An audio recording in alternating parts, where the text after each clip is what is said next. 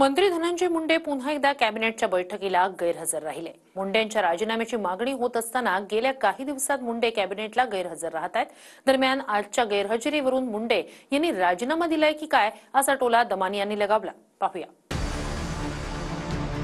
आपण त्यांना प्रश्न विचारू, शेवटी ते तरी काही हे बघत नाहीत का?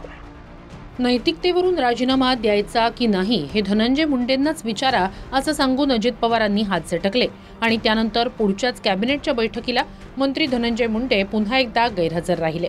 कॅबिनेटच्या बैठकीआधी मंत्रालयात अजित पवारांच्या राष्ट्रवादीची प्री कॅबिनेट बैठक झाली। त्या बैठकीलाही मुंडे आले नाही आणि कॅबिनेटच्या बैठकीलाही मुंडे अनुपस्थित राहिले।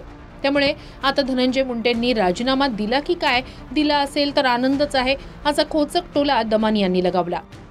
कॅबिनेटला ते अनुपस्थित असतील याचा अर्थ कुठे त्यांनी राजीनामा काही दिलेला आहे की काय असाच प्रश्न पडतो। कारण मागच्या वेळेस आपल्याला सांगण्यात आलं की बाबा त्यांच्या डोळ्यांची शस्त्रक्रिया झाली म्हणून ते आले नाहीयेत। मग आज जर ते अनुपस्थित असले तर त्याचं कारण काय हे अजित पवारांनी देखील सांगावं की त्यांचा काही राजीनामा घेतलाय की काय, आणि असेल तर आनंदच आहे। कॅबिनेट किंवा महत्त्वाच्या कार्यक्रमांना मुंडेंनी पहिल्यांदाच गैरहजेरी लावली असं नाही। 15 जानेवारीला पंतप्रधान नरेंद्र मोदी यांनी मुंबईत महायुतीचे आमदार आणि मंत्र्यांशी संवाद साधला। त्या कार्यक्रमाला मुंडे आलेच नाहीत। 16 जानेवारीला मुंबईत मुख्यमंत्र्यांच्या उपस्थितीत मंत्री परिषदेची बैठक झाली, तिथे धनंजय मुंडे गैरहजर होते। 11 फेब्रुवारीला मुंडे कॅबिनेटला आले नाहीत, त्यावेळी त्यांनी डोळ्याच्या शस्त्रक्रियेचं कारण दिलं आणि आता 18 फेब्रुवारीलाही कॅबिनेटच्या बैठकीत धनंजय मुंडे अनुपस्थित राहिले।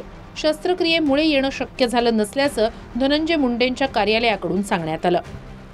आरोप जर सिद्ध झाला किंवा चौकशीमध्ये देखील ते सुई तिथपर्यंत पोहोचली तरच आपण त्याच्याबद्दलची कारवाई करणार ना। आता तुम्ही प्रश्न विचारला, मग अजित पवार पाठीमागं 2010च्या का 11च्या दरम्यान तुमच्यावर सिंचनाच्या बद्दलचे जे आरोप झाले त्यावेळेस तुम्ही स्वतः राजीनामा दिला। जो तो स्वतःचा निर्णय, त्यावेळेस माझ्या सद्विवेक बुद्धीला मला ते पटलं नाही, कारण मी अतिशय स्वच्छ पद्धतीने काम केलेलं होतं। पक्षाचे तुमच्या आमच्या असं नसतं बाळा, यामध्ये शेवटी ते तरी काही हे बघत नाहीत का? त्यांचं म्हणणं की मी ह्याच्यात दुरान्वय पण माझा संबंध नाही। गेले 70 दिवस झालेले आहेत।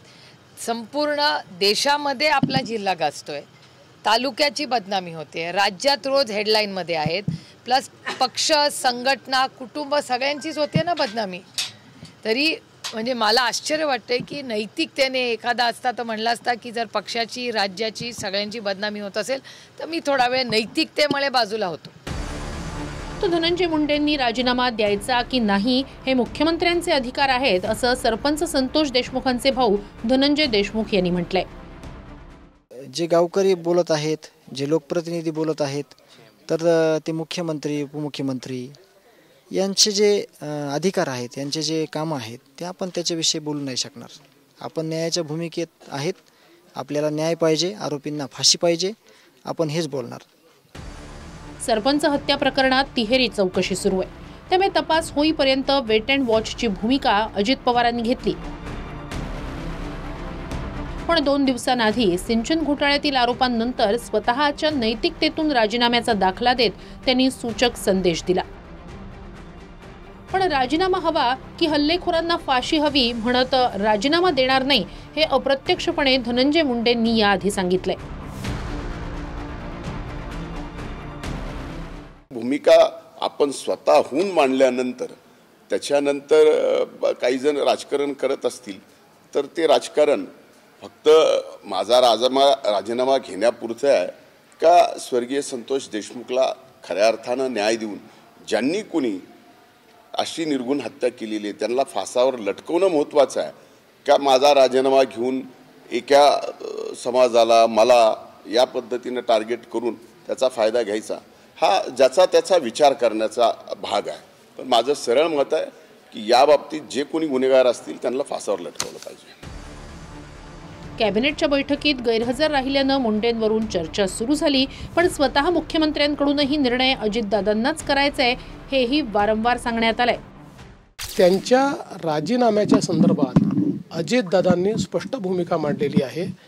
अजितदादांची भूमिका हीच अधिकृत भूमिका आहे. Bureau report TV9 Marathi.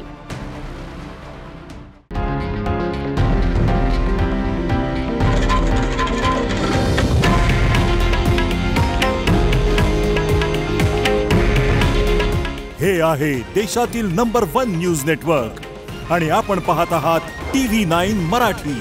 काळजी तुमची, हित महाराष्ट्राचं.